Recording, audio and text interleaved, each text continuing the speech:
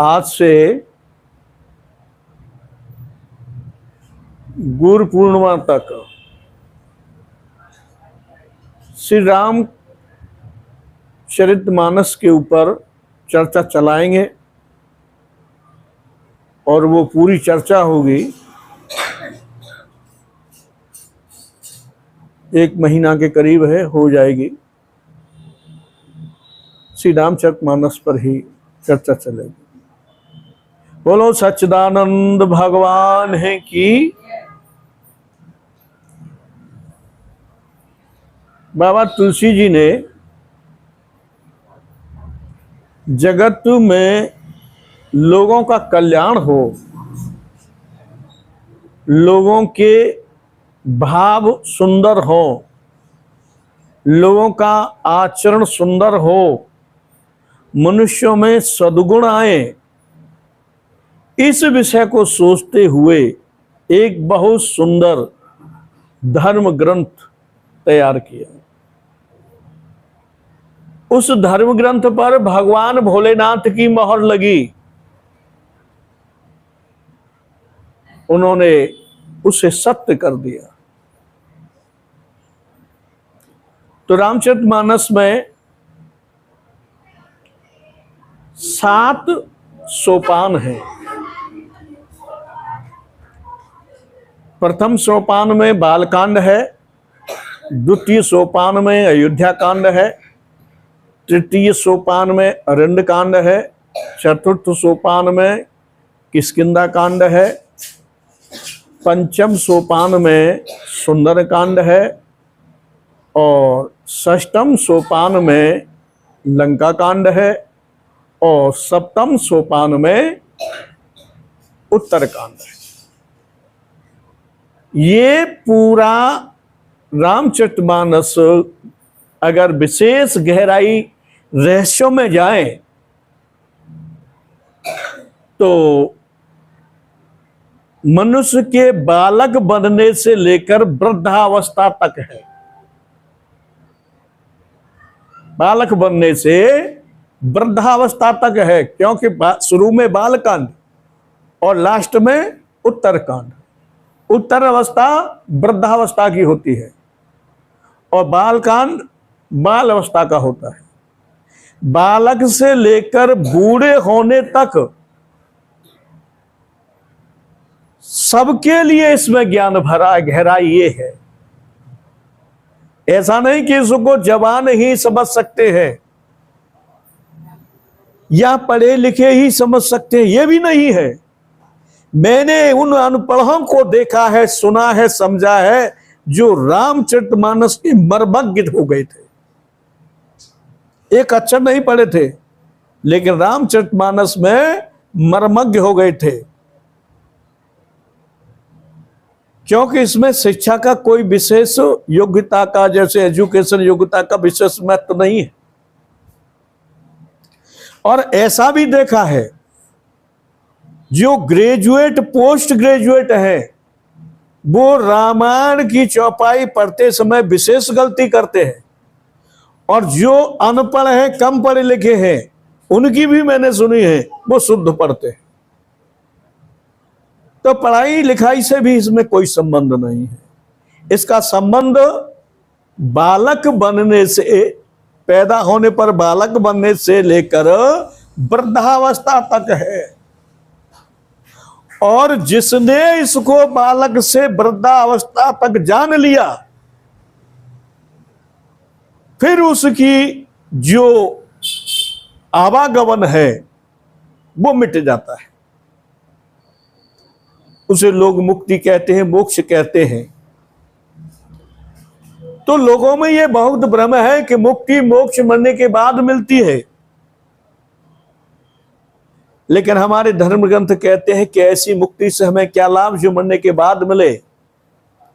मुक्ति मोक्ष तो जिंदे पर मिलना चाहिए, कि जिसे समझा जाए कि हमें मुक्ति मोक्ष मिली है कि नहीं मिली है। अगर यहां उसे मिल गई मुक्ति मोक्ष तो वहां भी मिल जाएगी। अब कैसे माने हम जिंदे हैं, हमें मुक्ति मोक्ष मिल गई कि नहीं मिली? जब संसार के सारे प्रपंच हमारे हृदय से निकल जाए, मन से निकल जाए, सारे संबंधों के प्रति आसक्ति खत्म हो जाए, दुख सुख से परे हो जाए, हानि लाभ से परे हो जाए, यश अपयश से परे हो जाए, तब मान लेना कि हमको जीते जी मुक्ति मिल गई, मोक्ष मिल गई। जब तक हमारा मन भटकता रहेगा, चाहे कितना भी हम जप कर ले, भजन कर ले, तप कर ले, ग्रंथ पढ़ ले, जब तक वैराग्य नहीं होगा तब तक उसका कोई ज्यादा महत्व नहीं है। यहां संतों ने जीते जी मुक्ति पाई, यहां संतों ने जीते जी मोक्ष पाई। तो वही श्री रामचरितमानस में है कि जिससे वो मुक्ति मोक्ष पा सकता है।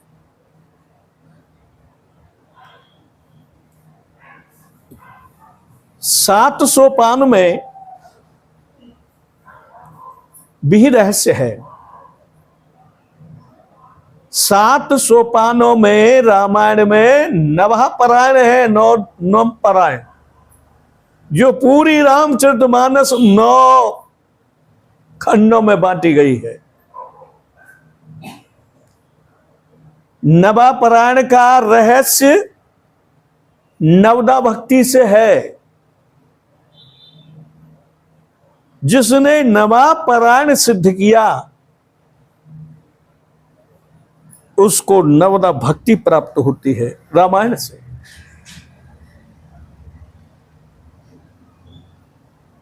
सप्त सोपान में मास पारायण भी है, जो 1 महीने में समाप्त होते हैं। 30 मास पारायण है।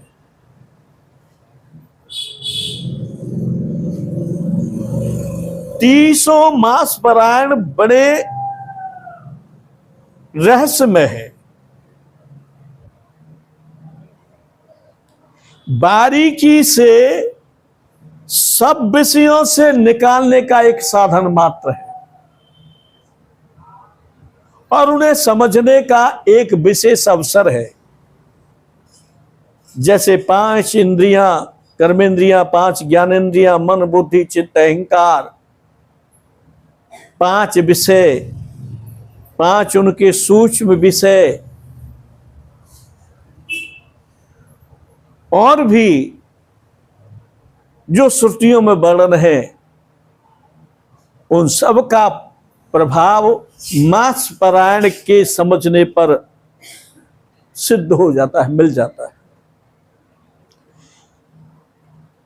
ये चौपाइयां नहीं है, विशेष मंत्र है इसमें, और इतने दिव्य, इतने पावन, इतने सुंदर है कि जितनी बार पढ़ेंगे उतनी बार नया नया समझ में आने लगता है। एक बार हमने रामायण पढ़ ली, कुछ समझ में आया, दोबारा पढ़ी तो कुछ और समझ में आएगा, दोबारा पढ़ी तो कुछ और समझ में आएगा। इसमें कोई सीमा नहीं है। अर्थात रामचरितमानस क्या है कि गहराई में सरोवर है। कौन सा सरोवर? मानसरोवर, जिसमें मणि माणिक्य मोती मिलते हैं। कहा जाता है कि मानसरोवर पर हंस रहते थे जो मोती चुनते थे।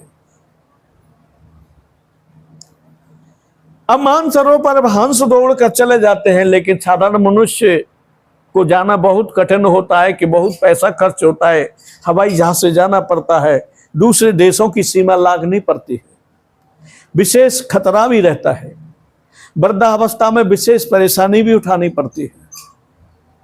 लेकिन रामचरितमानस एक ऐसा सुंदर सरोवर है कि इसमें स्नान जिसने कर लिया, मन उसने उसमें भी स्नान कर लिया।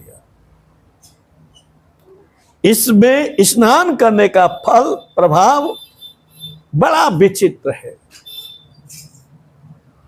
कितना विचित्र प्रभाव है इसका कि अगर कौवा भी इसमें डुबकी लगाए तो हंस बन जाता है। विशेष बात है। अर्थात कितना भी दुष्ट पापात्मा हो और इसे आत्मसात करता है तो संत बन जाता है, परमहंस हो जाता है। ऐसा सुंदर ग्रंथ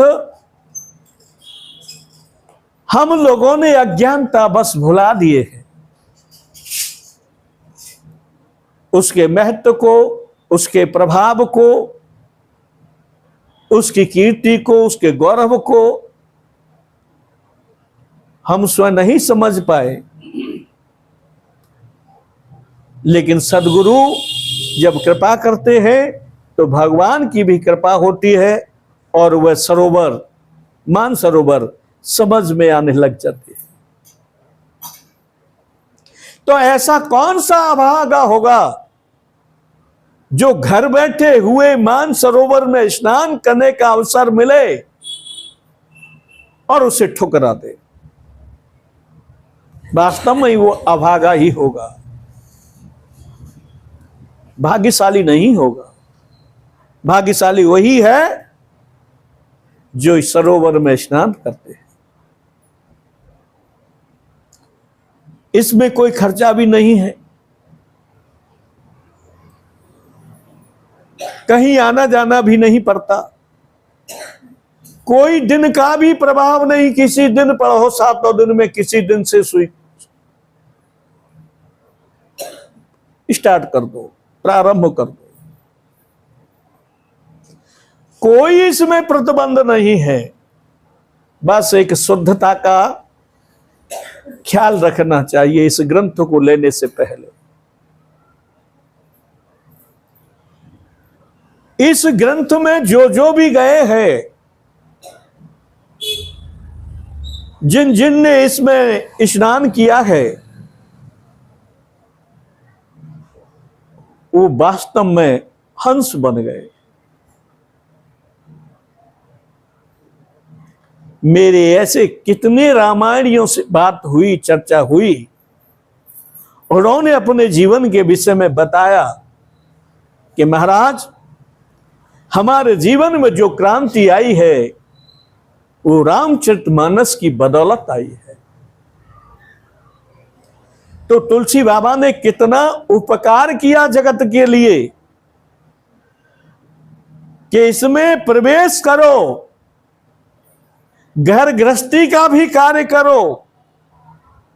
साधु नहीं बनना पड़ता, जंगल में जाकर के भजन नहीं करना पड़ता, कठिन तपस्या भी नहीं करनी पड़ती। मात्र इसका पाठ और इसका अर्थ समझना होता है और उसे समझकर उस पर चलना होता है। फिर वह भगवान का प्रिय हो जाता है। ऐसे सुंदर ग्रंथ के विषय में हम चर्चा 8 तारीख तक करेंगे, जुलाई तक। 10 जुलाई की गुरु पूर्णिमा है और गुरु पूर्णिमा के बाद हम चतुर्मास के व्रत में प्रवेश कर जाएंगे। उस समय शायद हमारा सत्संग या प्रवचन हो और नहीं हो, ये भगवान के ऊपर निर्भर करेगा।